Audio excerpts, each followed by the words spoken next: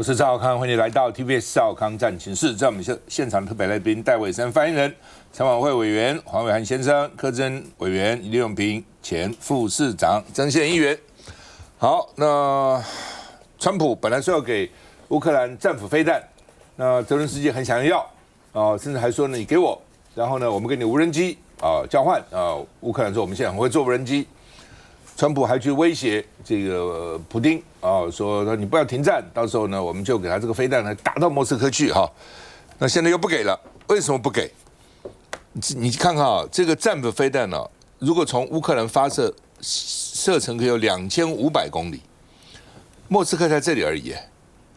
如果按照比例来看起来，大概1000公里都不到，900多，2500公里，整个俄罗斯重要区都涵盖在里面了。所以这个很厉害的那而且战事可能扩大所以这样的话，俄罗斯可能会用战术核武，整个两边这个彼此这个战事越来越升高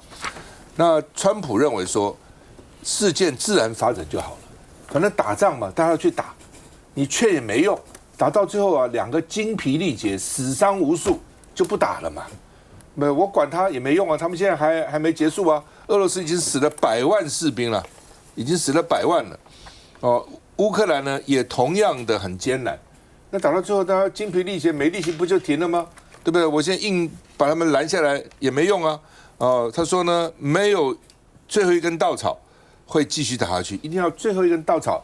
压垮了把最后一根稻草压垮才可以所以意思就是说继续打吧，继续打吧，你死100人不够，对不对？再死，意思就是这样，死到最后呢你受不了了，只好停了。那另外呢，这个为什么要给这个韩国说要答应他核动力潜舰？川普不是答应吗？说因为为了防备北韩跟大陆，好，那韩国一来呢，日本也要了，所以将来会不会到时候又升高了，在这个地区那日经就说恐怕会彻底改变东亚的安全格局。因为呢，从韩国一旦有核潜舰以后，因为这一代的潜舰基本上都是这日韩其实都是这个柴油动力潜舰了。美国有核潜呢，在太平洋地区神不知鬼不觉因为它核潜舰嘛，就可以走很远，而且可以不出海面那所以呢，他们说又怕北韩也取得俄罗斯的技术，又对付中国跟俄国那到底核潜舰哪些有？美国65艘美国早就有了，俄罗斯32艘，一半，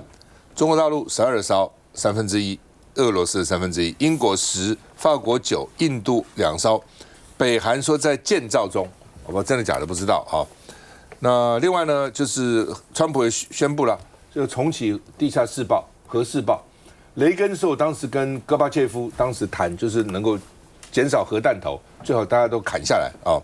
但现在呢，时隔35年了，川普要重新。他说为什么呢？他说因为中国跟俄国都在秘密测试连北韩、巴基斯坦都在测试你不知道，我知道我们地都有点震动，都侦测到了。所以呢，你们都在试，我不是吗？那我现在怎么办所以都要试所以呢，他说中国在新疆的核试验场神秘升级神秘升级。他说呢，这个你们不知道呢，但是呢。他说测试具核能力的弹道，这是川普的说法。他说我们并不是真的要去射核弹当然不能真的射核弹他们现在地下射，有人在电脑上先测试大陆说没有，我们没有美国应该恪守当时要暂停核试验的承诺我们没有这个在试爆，美国要切实执行，你不乱讲的那俄罗斯呢，就在川普宣布前一天成功发射海神末日鱼雷，你看这个名字多可怕那它原来叫做撒旦2号，也很可怕，魔鬼都是这个东西，末日了，魔鬼了那所以呢，这个200万吨级核弹头可以装在上面造成大规模的放射性海啸，毁灭性的影响说俄罗斯呢，这个普京自己说我已经成功了。鱼雷长20公尺那另外呢，他还他说他这个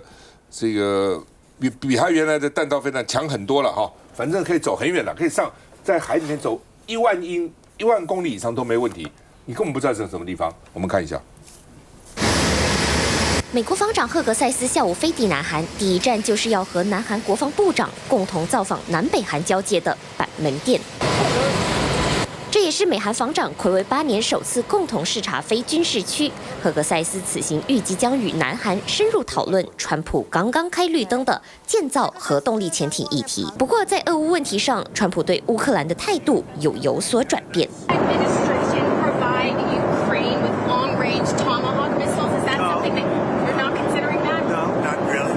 之前暗示会给乌克兰战斧飞弹，川普现在态度又180度大转弯，改口说暂时不考虑。This moment, this is not sort of in the offing, and the president going on to say that this could potentially be a war where the two sides, quote, have to let them fight it out. 蓝真。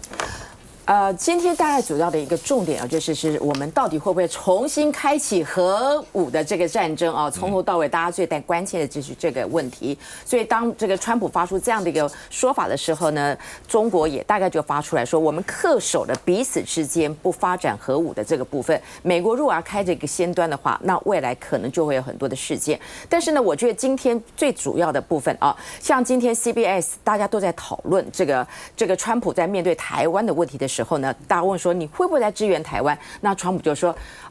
事情发生了就会知道。你不觉得这句话的说法，就刚刚他在回应刚刚的说法里面，到底这个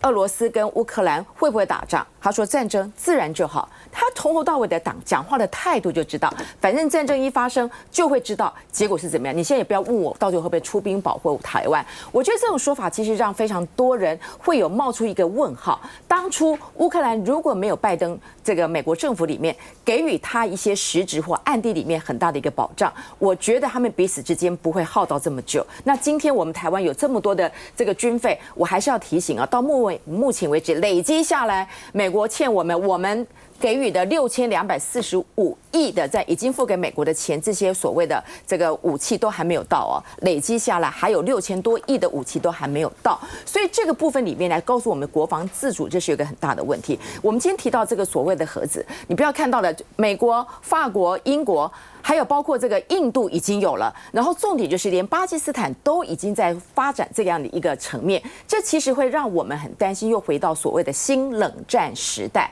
因为呢，大家就像好像都是用核来变成是压制对方，可是当这个方面有你口头上去说可以，但实质上你要去发展的话，那对整个世界人类来说，他们不像过去冷战时代，大家是壁垒分明，彼此都还是单边。现在我们是多边，所有的东西，不管是供应链，不管所有的产业，全球都是一个连接在一起的，跟过去是不一样的。所以说，只要有任何人提到这个核的层面来说的话，势必引起很大的一个反制。而今天谈到起来，却是由美国来主动来说，而且给韩国这样的核的这个潜舰，那我就会问了，那我们台湾目前所要发展的，都还是属于柴油，已经是落后这么多，再加上6000多亿的这个所谓军备也还没有给我们，所以你告诉我们要如何让台湾自主？我觉得我们的政府里面在面对川普很多状况之下，所以我也觉得不用去特别从他口中里面知道说未来万一发生什么事情的话，台湾会怎么样？我不觉得可以从川普的口中可以提到任何的一个稳定的答案，包括最后一个，他跟美中贸易跟所有人任何谈贸易，说实在的，如果有和缓的局势的话，我们说只是一个 pause， 但不是一个 peace。都是暂停，但不会有和平，这才是一个川普目前为止整个的状态，而我们是必须要提高警觉的。好，那么这个俄罗斯最近2款这个很可怕的这个导弹一个叫做海燕核动力巡航导弹在天上飞的不间断飞行3万公里，这么厉害在5万吨的核弹头，12米长。那普丁宣布的这个海神呢，叫做核动力无人潜航器，就是核动力无人潜艇长20米。那在1000米的深海，1000米深海下面1公里可以走上万公里，多厉害！我们现在搞个那个柴油动力潜舰，到现在还没下去呢。没有不要什么1000米、10米、20米都还没下他现在要先在浅海，然后在深海都还没有开始所以呢，这个世界这个竞争，这个核武竞争，让人也很担忧了。现在美国要加入那会不会引起整个全世界新一波的核武竞赛来，伟汉怎么看？其实，在讲这个核子动力潜舰的时候，韩国现在目前是因为这一次川普见了李在明之后，答应韩国可以在美国，因为他跟他许说，可不可以给我们这个核子潜舰的这个燃料？那你要有核子潜舰啊，日本、韩国虽然没有，但韩国可能要有的情况之下，川普也不反对。不过我先说川普的想法会变来变去啊。刚刚前面讲的战斧飞弹就是。他跟北约的秘书长吕特在讲说 ，OK 的，我们要给北约，在北约再转给乌克兰，而且要求乌克兰你要打的时候，你必须要告诉我，所以你不能随便打啊，你可以打2500公里，可你不能打到莫斯科，不然的话，可能这个情势就会发展起来。他答应要给的，现在要改口说不要，所以川普其实是3变哦，他善变，他什么时候都可以变，而且他速变，他昨天讲今天可以改，而且呢，他不怕变。他也不怕说为什么你讲法改变了，观众朋友，我们今天讨论这一题的，他是在飞机上面回答记者提问，问他讲怎么样，因为记者可能也有经验，这个怎么会提政府飞弹这个问题呢？对不对？那不是讲过了要给吗？还问一句，他说没有，我不给了。所以随时要换答案，或者说是不是他有告诉他说你可以问总统这一题，他会变。可是他在回答记者问题，就在那地方在飞机上面，他有补一句大家去看报道，他有补一句说我现在不要给战斧飞弹了，让他们避免战事升高，但是我也有可能再改变这个决定。好，这是川普的部分。那因为川普跟李在明，韩国为什么会担心北韩有没有，北朝鲜有没有？好，现在目前包含我们老百姓在看的剧，都在锁这个方向，到底北朝鲜有没有能力在做核子动力潜舰？那核子动力潜舰跟我们现在台湾的海鲲舰，或是日本、韩国现在有的这些潜舰，最大的差别在于，柴油的动力潜舰，它的这个浮上水面的时间会比较短，它必须要上来排气，它不是都一直在下面。它必须上来排气，因为而且它的这个就是水面下面的那个操作，能够在下面的时间比那个核子动力潜舰还要短很多。那你一旦浮上来的时候，我们现在到处都有反潜机，到处都有卫星，你就可能被掌握了。所以核子动力潜舰跟柴油潜舰，他们在整个级数上有非常明显的差距。那中国大陆有，俄罗斯有，所以呢，连北朝鲜都可能有的话，韩国就说我们要有。那美国现在给他的条件，现在目前还没有完全发生的就是到费城的造船厂去做完之后再给韩国。可是以后这个造船厂是不是韩国就会在那边就有更多的这个制造？目前是一个在谈川普同意的阶段。那如果川普真的同意了，也开始做了，日本马上就会要求他们要有，因为日本现在目前的潜舰他们都是自己国造的。之前我们在讲它的苍金号等等，它很快1年可以做1艘，可是都是柴油潜舰。所以当日本、韩国有没有柴油潜舰的这个议题开始以后，我们台湾海鲲舰拉过来我们现在第1艘还没有办法能够交舰，那后面还有7艘都是柴油潜舰。很多军事专家会讲说，没有必要我们可能需要8艘，可是8艘都是柴油。如果一艘一艘来到后面，如果有可能，会不会到后面第5艘、第6艘也能够是柴油动力潜舰？对我们台湾来讲，防御力会比较强。核子潜舰，对，如果是有核子动力潜舰，对台湾的防御力是比较强的。老美早就有了啦，我不是讲过吗？再讲一次，我年轻的时候在美国公司做事，夏威夷的经理，我到夏威夷去，因为我们替海军也提供一些这个设施的那个保养了。夏威夷经理叫 Jack 带我去珍珠港，上面停了一堆，我那什么东西啊？都是核子动力潜舰，那怎么早就有了？以前了那30年以前的事情了。所以呢，真的落后差太远了啦！真的，我们现在连一个柴油动力潜舰都做不出来。那你看韩国还是有厉害的。第一个，韩国比如他现在的潜舰，先到德国去造，派工程师去学，在旁边看，跟人家一起弄。第2艘潜舰，请德国工程师到韩国来，在韩国组装。2艘以后，工程师他就自己会了。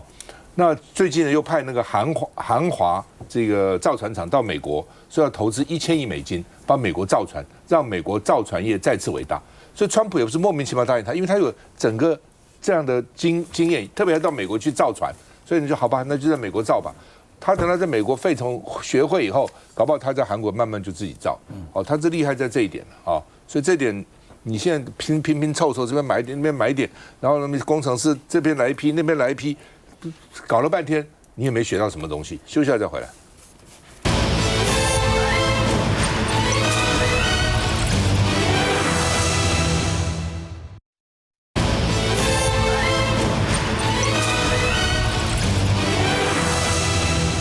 好，川普发下豪语，说2年要拿下50%的晶片市场。他的市场是全世界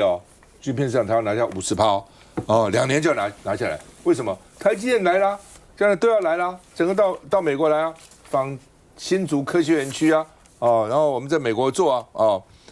那另外呢，黄仁勋因为他很会游说，他是跟川普讲说，你不要限制我的晶片卖给中国嘛。你限制我，他自己也会发展，只是晚一点而已啊。那他现在靠我们，他就不必发展了嘛。我没有赚钱卖他，对不对？你川普还抽我10%的这个用件，还15%，然后呢，我又可以卖他，他要靠我们，那你就掌控他，不是很好吗？你要防止他防止不了的嘛。全世界 AI 人才一半在中国大陆，你自己想想看，对不对？你不要说他了，像台湾以前很多人都学理工，他就算不适合，他也要学理工，为什么？将来出路好。老美几个人学理工啊？你看研究所那个学理工，他不都是外国学生研究的外国学生，他很辛苦嘛，累得要死，念了个半天，干嘛呢？所以你让中国自己去搞，他很快自己就搞起来了，我们就继续卖他，哦，然后就他等于是吃鸦片一样，他就离不开我们了。川普有点心动，结果呢，川习会前，川普的顾问全部反对，在座没有一个赞成的。都反对这个 Blackwell 这个晶片啊，川普说这个因为比中国大陆比全世界先进10年，所以先进10年，我干嘛要给你们呢？你慢慢发展好了，你发展会有这个更新的出来啊，你永远落后我啊，所以我不给你啊。那所以呢，现在讲说 AI 科技战呢进入了延长赛，说 Blackwell 呢领先其他晶片10年，所以我们只卖美国公司，我们不会卖给别人。哦，所以原来预备卖的不卖了哈。那黄仁勋说他们2个开会哈，我也不确定是不是有帮助辉达重返中国的，当然没有嘛，哪有呢？他当然不这样讲了哈。那另外呢，好，他们这次呢这个声明哦，终于发出声明来了，比一比，开始2个都各走各的路。川普说要回去参加万圣节大会了哦，反正都没讲话，也没开联合记者会。稀土哦。这个1年啊，先大陆啊说先放松1年啊，那中国呢说呢这个暂停啊，但是也没有讲其他的管制，所以两边还是有点讲话有点差异的哈。美方说呢要买2500万吨黄豆啊，每年啊，那中国只是说呢我们会扩大农产品贸易，有共识，也没讲说我要买多少黄豆。Fentanyl 啊。美国说，关税下到这个47%，芬特尼原来罚他20%，现在变成10%啊。那中国要停止特定化学品到北美，加强管制，全球管制。中方说，美方暂停24%的对等关税1年啊，然后呢，在芬太尼议题上禁毒合作达成共识，但没有讲说到底怎么达成啊。美方301条款。这暂缓1年，中方包括造船业啊等等，说呢港口啦等等呢，也是暂停处分啊，暂停这个罚他彼此罚了。那 TikTok 美国说在未来几周或几个月内就会推进卖给美国，中方说会妥善解决 TikTok 相关问题。我们看一下。Jensen Huang of NVIDIA, the CEO of NVIDIA. Yeah, there's no good deal. What about it? So are you planning to meet with him? You said when you were... I meet with, look, he's one of the great geniuses of our time. His chips are 10 years ahead of anybody else's. And, you know, I meet with him all the time. It's a great American company. It's now the biggest company in the world. So what would you like to know? I mean, NVIDIA is really just a brilliant company. The chips are 10 years. The new Blackwell that just came out, it's 10 years ahead of every other chip. But there's nothing to meet with other than say, congratulations. But no, we don't give that chip to other people. 现营在台积电做的工程师怎么看呢？川普是要占全世界1半的50%市场。对我觉得刚刚赵大哥讲到一个啊，就是说黄仁勋觉得说卖晶片给他是给他吸鸦片啊，我觉得这个策略是对的。啊，那现在呢，川普呢，如果他要达成这个占全世界1半的晶片哦，他舍弃中国大陆这个市场，我觉得并不是那么的聪明啊。但是他从这次跟川习会在碰面之后，我们发现其实中国大陆有提出一个很特别的，他解禁了，就是说他的这个安氏半导体。好，这个东西呢，因为中国大陆它其实对全世界的半导体其实它是有影响力的，它的影响力跟台湾是不一样的啊。台湾影响力是高阶晶片、AI 晶片，可是中国大陆它的对全世界半导体的影响力，它是成熟制程，它是所谓的基础晶片。那过去飞利浦呢，它有一个专门做半导体的哈，那后来它把它各个部门给它拆解，变成恩智浦。那恩智浦里面成熟的晶片，那种基础控制型的晶片，它后来又把它卖给中国大陆，就是这个安氏半导体。那这个安氏半导体专门做什么呢？它就是做那个车子有没有？车子的这个控制晶片啊，做这个车子的这个电源管理晶片，还有冷气机的这种。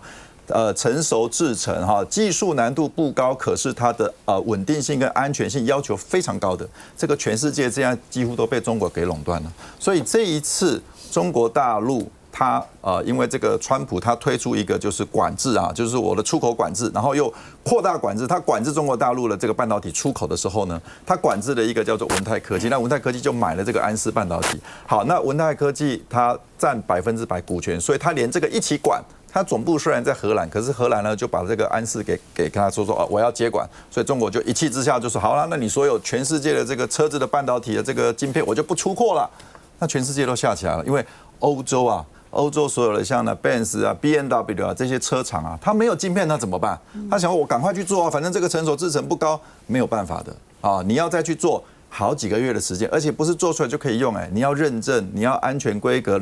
这个可靠度、耐用性的测试，要搞1-2年，所以全世界都恐慌起来，连日本它也发出这个警告了，再这样下去，我们车子都不用做了。所以中国大陆它用的策略是：好，你这个成熟不做，对不对？我全部给你买下来，全部做。那这个跟刚刚赵大哥讲了，吸鸦片。这个概念我觉得是对的。你家全世界的这个车子里面的晶片，很多都是中国大陆的这个晶片啊，所以我觉得黄仁勋的策略，我觉得是对的。就是说，如果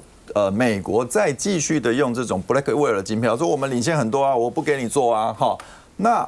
未来中国大陆势必自己发展起来，美国也达不到50% 的市占率。但是如果美国现在能够开放这种高阶半导体，你不要说马上最新的给他用，你稍微落后个1-2个世代，落后个多。给他开始用的时候，将来中国大陆不管是他在各样的这个 AI 的软体的发展不管是它的语言模型的发展，还是它的这个自动驾驶的，全部都建构在你的晶片上的时候，变成它离不开你了。这个才是比较重要的这个 AI 战略，比较是这样。那美国现在川普用的策略，如果他的顾问是采取这种封锁的策略的话，未来你可以看到，可以预期的是，中国大陆会自己搞出一套。当他自己搞出一套的时候，那时候他依靠你，他就不需要依靠你了，他根本不需要依靠你的时候，他自己独立了，甚至他可以把他发展出来的东西卖给其他的这些开发中的国家，到时候全世界还更多的依靠中国大陆，就像现在很多成熟的晶片车子里面的晶片都依靠中国大陆是一样的情况。黄仁勋跟川普说服他可以有2件事的，第一个就是说呢，中国大陆如果给我们芬太尼，我们也给他芬太尼，我们给他芬太尼呢就是晶片，让他中毒非要依赖我们。第二个讲那个钱学森的故事给他听嘛，当时钱在美国从事那个原子能研究，那他想回中国大陆去，老美就把他等于是软禁起来。不让他接触任何跟这个科学有关的东西，相当一段时间，然后所有资料都不给他带，他全部记在脑里嘛。所以老美认为他回中国大陆以后，原子弹发展不出来，回去没多久就发展出来了，都在脑里面。你要限制他，你限制不了的。很多事情你怎么能够限制呢？你限制也许可以短时间限制，你限制他只好奋发图强，自力更生嘛。那就要怎么办呢？那他有那么多的人，用大量的钱去研发，他到时候一定会出来的嘛。到时候你也赚不到他的钱，也卡不住他，真的这样的。永平，其实现在那个川普跟中国大陆在晶片这场战争里面虽然说刚才我们那个曾宪营很专业的这方面的议员呢，也都已经提的这个黄仁勋的角度跟思路固然这个角度没有错，可是中国大陆并不是省油的灯黄仁勋的做法确实是他这个在拜登时期，他这个没有违反美国的规定，但是他把比较降等的、降规的那个晶片呢输往中国大陆。那时候中国大陆还有愿意开放，可是现在呢，被川普这样子的缴获，特别是他要抽辉达15%的所有卖中国大陆的钱，算是一种不晓得怎么讲，叫出口费吧，过路钱。以后中国大陆就变强硬了他说你不要了，你降等的我不要了，而且呢，他用的跟美国一模一样的口径跟论述，他也说这对我国安有爱，对不对？你可能会有后门，就是以前美国人、西方专家怎么样骂中国大陆，中国大陆就全部回敬给你。我说，你看你们包藏祸心，你也要搞木马屠城记，你也要用一个 Blackwell 的小晶片，对我们所有的他们真的他们真的讲的也很夸张，说你的什么设施什么的，你如果都用呢，你可能一下子你的东西也会跑光光。所以呢，敌意螺旋是会上升的。那现在就算辉达说，他去游说，他说，那我继续给降等的，现在中国大陆未必接受啊，中国大陆很可能踩得很死，就跟稀土一样啊，你要不就最先进的来，要不然就统统没有，大家拉倒，对不对？反正他自己也不是不会做。那现在我觉得这个美中的这件事情打到今天就拿上一节智恩讲的，他其实就只是按一个暂停键而已啦 ，POS 键啦。川普实际在做什么？就是以拖待变啊。他所有的主张，他闹了那么凶以后，到底得到什么？得到一个世界就知道说啊，原来你川普总统，美国最大的软肋就是2个，一个是稀土，一个是大豆。你只要不买他的大豆，你只要不出口稀土，他就投降了。那所以你把这整件事情你说大家书面声明到底有没有差异？两边的认知是不是一样？这1年的休战如何？可是说真的，你1年之后怎么办？你不是还是回到一样的问题吗？稀土跟晶片更不同，晶片还说现在台积电要过去，他也可以在那边说大话，虽然没有人认为他要50%市占率会是真的，可是呢，稀土更慢啊。它原来的稀土整个产业都垮了，它最后生产的一个厂呢，它开采出来的稀土也是要送到中国大陆去精炼啊，它自己也完全没有技术。这件事情你要